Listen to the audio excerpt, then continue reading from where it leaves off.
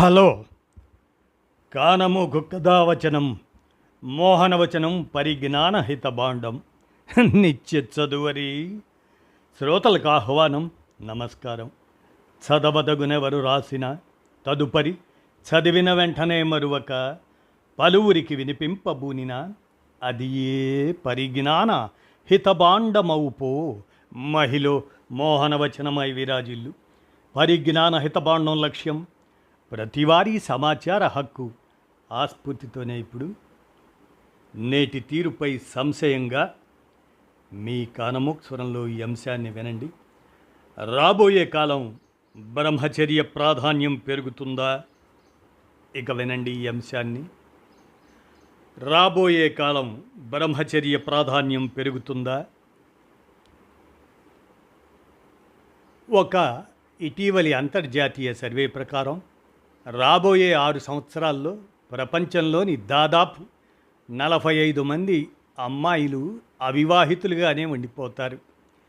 ఈ నివేదిక ఫిబ్రవరి 1, 2025న లోక్మత్ వార్తాపత్రికలో ప్రచురితమైంది.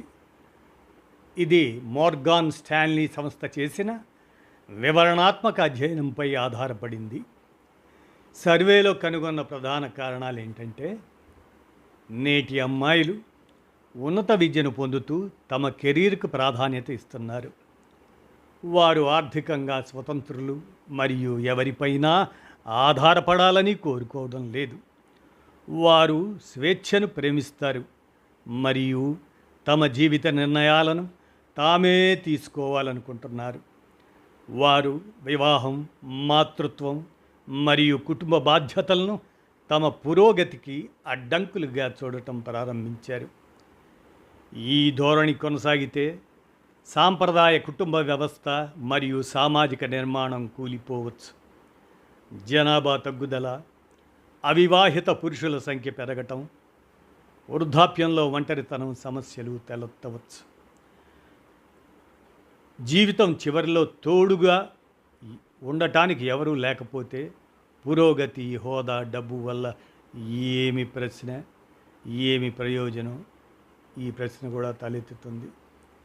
చాలామంది తల్లిదండ్రులు తమ కూతుళ్లకు సంబంధాలు చూస్తున్నారు, కానీ అమ్మాయిలకు మాత్రం వివాహంపై ఆసక్తి లేదు. ఫలితంగా ప్రతిపాదన తిరస్కరించబడుతుంది. సమాజంలోని ఒక పెద్ద వర్గం ఇప్పటికీ ఈ మార్పు యొక్క తీవ్రత గురించి తెలియకుండా ఉంది. కాబట్టి మనం సమయానికి అప్రమత్తం కావడం అవసరం. అమ్మాయిల వివాహానికి తగిన వయస్సు 23 నుండి 26 సంవత్సరాల మధ్య ఉండాలి, లేదా సాధ్యమైతే అంతకంటే ముందుగానే ఉండాలి. దీనికోసం సామూహిక స్థాయిలో అవగాహన మరియు చొరవ అవసరం. ఈ అంశం ఎవరికీ వ్యతిరేకంగా లేవనెత్తలేదు, కానీ భవిష్యత్తు, స్థిరత్వం మరియు సమతుల్యత పట్ల ఆందోళనతో లేవనెత్తబడింది. ఈ అంశం సమాజం, కుటుంబం, వ్యక్తిగత జీవితం మధ్య సమతుల్యతను కాపాడుకోవటమే నిజమైన పురోగతి. మనందరం దీని గురించి ఖచ్చితంగా ఆలోచించాలి. భవిష్యత్తు యొక్క మండుతున్న సమస్య, పిల్లలు 20 ఏళ్లకు పెళ్లి చేసుకునేటప్పుడు ఒక శతాబ్దంలో 5 తరాలు ఉండేవి. పిల్లలు 25 ఏళ్లకు పెళ్లి చేసుకున్నప్పుడు ఒక శతాబ్దంలో 4 తరాలు ఉండేవి. ఇప్పుడు పిల్లలు 30 ఏళ్లకు పెళ్లి చేసుకుంటున్నప్పుడు ఒక శతాబ్దంలో 3 తరాలు ఉన్నాయి. ఇక ఆలోచించదగిన విషయం, మన సమాజం తదుపరి శతాబ్దం వరకు మనుగడ సాగిస్తుందా? ఈరోజు ఒక వింత చీకటి వ్యాపిస్తున్నట్లు కనిపిస్తుంది.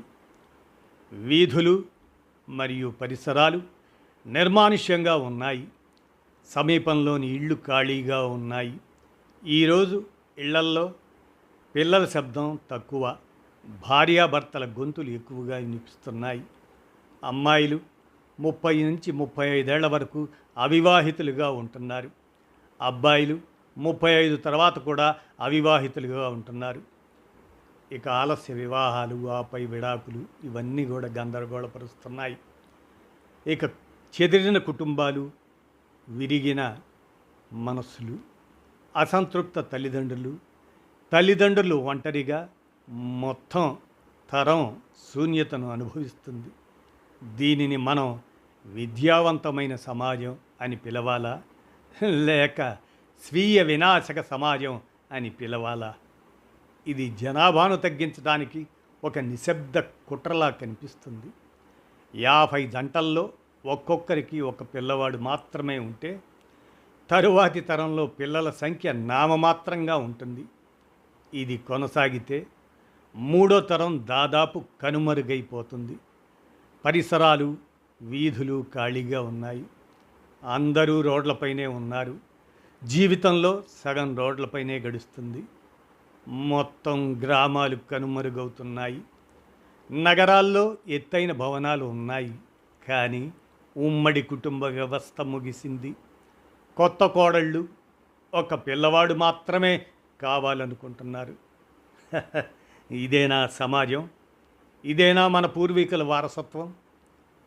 నిజం ఏమిటంటే పిల్లలు ఇక ప్రేమకు చిహ్నం కాదు. బదులుగా పిల్లల్ని కనడం ఒక బలవంతంలాగా అనిపిస్తుంది. అతి పెద్ద తప్పు అమ్మాయి తండ్రిది. అదే తండ్రి 20 నుంచి 22 సంవత్సరాల మధ్య పెళ్లి చేసుకొని కుటుంబాన్ని ప్రారంభించాడు. ఇప్పుడు అదే తండ్రి 30 వరకు కూతురికి పెళ్లి చేయకుండా ధైర్యాన్ని ప్రదర్శిస్తున్నాడు. ఫలితం అబ్బాయిలు మరియు అమ్మాయిలు డిప్రెషన్లోకి వెళ్తున్నారు. ఈరోజు పిల్లలకు సరైన సమయంలో పెళ్ళి కానీ, సరైన సమయంలో ఉద్యోగం కానీ రావడం లేదు. సమాజం క్రమంగా క్షీణిస్తుంది. అందుకే పిల్లలు సమాజంతో కలిసి ఉండటం కంటే ఒంటరిగా ఉండటానికి ఇష్టపడుతున్నారు. అంటే అణు కుటుంబాలు పిల్లలను కూడా కోరుకోవటం లేదు. న్యూక్లియర్ ఫ్యామిలీ అంటున్నాం. ఆలస్యంగా పెళ్ళి, ఆలస్యంగా పిల్లలు, ఆపై ఒక పిల్లవాడి తర్వాత వైద్య మరియు పెంపకం సమస్యల గురించి సాకులు. ఇది సాధారణమైపోయింది. వయస్సు కారణంగా వేలాది మంది యువతీ యువకులు అవివాహితులుగా తిరుగుతున్నారు. సమాజంలోని విఘ్నులు మౌనంగా ఉన్నారు. వివాహం, కుటుంబం, పిల్లలు అన్నీ భారంగా చూడబడుతున్నాయి. వివాహం ప్రాపంచిక బంధం కాదు. ఇది ఇల్లు, కుటుంబం మరియు సమాజం యొక్క స్తంభం. ఇది జాతి, నాగరికత, సంస్కృతిని ముందుకు తీసుకెళ్లే మార్గం. ఇప్పుడు మనం అందరం అర్థం చేసుకోవాల్సిన సమయం వచ్చింది. పిల్లలకు చాలా ఎక్కువ స్వేచ్ఛ ఇవ్వటం ద్వారా మనం వారి వివేచనను తీసివేశాం. వివాహం ఆలస్యం అవుతూ వచ్చింది. అది జరిగే సమయానికి అప్పటికే ఆలస్యం అయిపోయింది. మళ్ళీ అదే ఒంటరితనం. వివాహానికి సరైన వయస్సు అబ్బాయిలకు 25 లోపు, అమ్మాయిలకు 20 కనీసం. లేకపోతే చరిత్ర రాస్తుంది. ఎలా అంటే ఆ సమాజం నిశ్శబ్దంగా తనను తాను నాశనం చేసుకుంది. ఆలోచించి తెలివిగా వ్యవహరించండి. మీ పిల్లలకు సమయానికి పెళ్లి చేయండి. ఎందుకంటే కుటుంబం సంరక్షించకబడబోతే సమాజం కూడా కూలిపోవటానికి ఎక్కువ సమయం పట్టదు. అందుకే డేవిడ్ సెల్బోర్న్ మరియు బిల్ వార్నర్ అటువంటి రచయితలు ఇస్లాం యొక్క బలమైన కుటుంబ వ్యవస్థ కారణంగా ఆలస్యంగా అయినా సరే చాలా దేశాల్లో, భారతదేశంలో కూడా కుటుంబ సంప్రదాయం యొక్క క్షీణత ప్రారంభమైంది. 5 రక్త సంబంధాలు అంతరించిపోయే అంచున ఉన్నాయి. పెదనాన్న, చిన్నాన్న, అత్త, మామ, పిన్ని అలాంటి బంధాలు భవిష్యత్తులో కనిపించకపోవచ్చు, లేదా వినిపించకపోవచ్చు. దీనిని ఇలా అర్థం చేసుకోవచ్చు. కొడుకు 2, కూతురు 1, పిన్ని. కొడుకు 1, 2 కూతుర్లు, పెదనాన్న, చిన్నాన్న. ఒక కొడుకు, ఒక కూతురు, పెదనాన్న, చిన్నాన్న, పిన్ని. ఒక కొడుకు, కూతుర్లు లేరు, ఇక బంధాలు. కొడుకు లేడు, కూతురు 1, ఇకపై బంధాలు. ఫలితం 0. ఒకే పిల్లవాడు ఉన్న కుటుంబాల నిర్ణయం మూడవ తరాన్ని తీవ్రంగా ప్రభావితం చేస్తుంది. మీరు తాత, నానమ్మ, అమ్మమ్మ అయ్యే తరం. అసలు కంటే వడ్డీని ఎక్కువగా ప్రేమించే తాత అసలును కూడా కోల్పోతాడు. దానికి అతనే బాధ్యుడు అవుతాడు. అందువల్ల జంటలు ఒకే పిల్లవాడు అనే నిర్ణయం గురించి తీవ్రంగా ఆలోచించాలి. ఈ తగ్గుతున్న జనాభా గణాంకాలు మాట్లాడుతున్నాయి. ఈ విశ్లేషణ ప్రభుత్వ డేటాను అధ్యయనం చేయడం ద్వారా వచ్చింది. మీ మనవడు లేదా ముని మనవడు ఈ ప్రపంచంలో ఒంటరిగా నిలబడతాడు. అతనికి రక్త సంబంధాలు అవసరమైతే ఈ మొత్తం విశ్వంలో అతనికి చెందినవారు ఎవ్వరూ ఉండరు. ఇది లోతైన ఆందోళన కలిగించే విషయం. ఇది మన పిల్లలను ఒంటరి జీవితాలను జీవించమని బలవంతం చేయడమే కాకుండా మన కుటుంబ నాగరికతను కూడా నాశనం చేస్తుంది. మనం ఐక్యత గురించి మాట్లాడతాం, కానీ నాగరికతే కనుమరుగైపోతుంది. ఇవన్నింటికీ ప్రస్తుత తరం బాధ్యత వహిస్తుంది. మీరు ఈ సమస్యను తీవ్రంగా పరిగణిస్తే అప్పుడు ఈ సమస్య గురించి ఆలోచించండి.